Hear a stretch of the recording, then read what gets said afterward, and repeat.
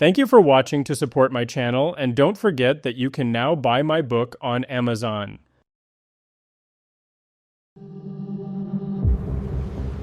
It's just before midnight, April the 15th, 1940. A German U-boat sits on the black water of a Norwegian fjord, and in front of her, lined up and overlapping, sit 6 enemy troop ships and 2 cruisers. Thousands of soldiers, anchored, motionless, lit up against the snow. The commander is Günther Prien, the most famous submarine captain alive, the man who snuck into Britain's home base and sank a battleship. He cannot miss this. Nobody could miss this. He fires 8 torpedoes, 8! And in the next 10 minutes, you're going to find out why not one of them hit, and why that single night nearly destroyed the most feared weapon of the Second World War, not from enemy fire, from a betrayal hidden inside the torpedoes themselves. Because the U-boat crews didn't know it yet, but they had been sent to war with a weapon that did not work. April 1940. Hitler gambles everything on a lightning invasion of Norway, Operation Weserübung. The prize is the iron ore and the ports. The risk is the Royal Navy, the most powerful fleet on Earth, which will come straight for the invasion fleet. So Germany makes a stunning decision. It calls off the war in the Atlantic, the campaign against British supply convoys, and throws almost the entire submarine fleet at Norway, around 30 boats, every captain who can dive. They fan out across the fjords from Narvik in the far north down to the Shetland Islands. And then something extraordinary happens. The Royal Navy sails right into the trap, battleships, cruisers, destroyers packed with troops. The U-boats are handed the finest targets of the entire war at point-blank range in narrow water, sometimes sitting completely still. It should have been the greatest massacre in naval history. Instead, it became the most humiliating failure the German Navy would ever suffer, and for weeks nobody could understand why. It starts small. A boat fires at a cruiser and the torpedo explodes early, far short of the target, throwing up a useless column of water. Then another and another. On the 14th of April, the U-boat commander Herbert Schulze lines up a perfect shot on the British battleship Warspite. Point blank, he fires a full salvo. Nothing happens. The torpedoes simply vanish beneath her. At first, the commanders blame themselves, then they blame their crews. But the reports keep flooding in, all saying the same impossible thing. Perfect aim, perfect range, no explosion, something is very wrong with the torpedoes.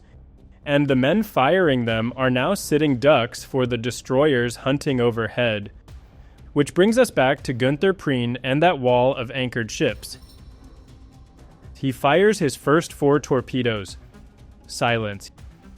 He surfaces in the dark, reloads, and fires 4 more at the same motionless targets. One swerves off course and slams into a cliff, the only explosion of the night. The rest do nothing at all. 8 torpedoes, 6 transports, and 2 cruisers overlapping, dead in the water, and Prien sinks nothing. As his boat turns to escape, it runs aground under the enemy's guns, cracks an engine breaking free, and limps home in disgrace. And when Prien reaches port, he says something to his commander that will become legendary. He says he can't be expected to go to war with a dummy rifle. That phrase lands on the desk of the one man who feels every failure personally, Karl Donitz, commander of the U-boat fleet. On the 16th of April, Donitz picks up the phone to Grand Admiral Raeder, the head of the entire Navy. He is furious. The torpedo situation, he says, is scandalous. These are his best aces, shooting in perfect conditions. It is not the men, it is the weapon. And to send submarines to sea like this, he says, is criminal. Later, he would write the verdict that haunts the whole story. To all intents and purposes, the U-boats were without a weapon. So Donitz does the unthinkable. With the land battle still raging and a direct order from Hitler to fight to the death for Narvik, he pulls his submarines out of the fjords. He will not feed his crews into a slaughter armed with weapons that don't fire. Now, why those torpedoes failed is one of the strangest engineering disasters of the entire war, and we're about to take one apart, piece by piece. If you're the kind of person who likes the hidden machinery behind the history, take a second to subscribe. It genuinely helps these deep dives reach more people. Okay, let's open up the torpedo. The German torpedo had not one fatal flaw, it had 3, and each one hid behind the others. Flaw number 1, the magnetic detonator. It was a clever idea. Instead of hitting the ship, the torpedo would pass underneath the hull and detonate, sensing the ship's magnetic field, snapping the keel and breaking the vessel in two. But the device was wired too sensitively, and up in the far north, close to the magnetic pole, the Earth's own magnetic field is different, steeper, stronger. The torpedoes felt that field and panicked, exploding early, again and again. The engineers had promised Donitz the North would make no difference. They were catastrophically wrong, so the crew switched the magnetic system off and fired on contact instead, the old-fashioned way. Hit the hull, explode. Simple, reliable. Except it wasn't, because that's where they ran into flaw number 2. The contact detonator had been redesigned before the war with a delicate train of levers, and it had been properly test-fired only a handful of times.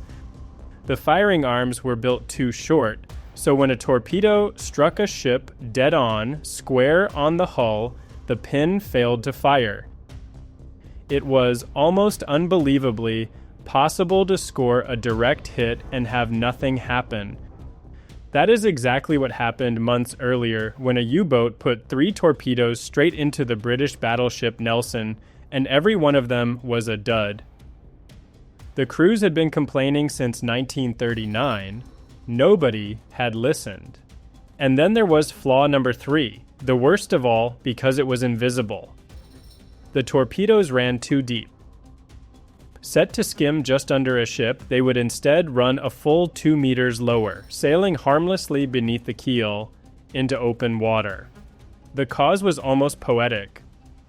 A submerged U-boat has to release compressed air inside the hull just to keep its crew breathing. Over long hours underwater, pressure slowly builds in the boat, and that excess pressure leaked into a tiny chamber inside each torpedo, the one that controlled its depth. The torpedoes were being quietly miscalibrated by the very submarines that carried them. The longer a boat stayed hidden underwater, the more its weapons were sabotaged from within.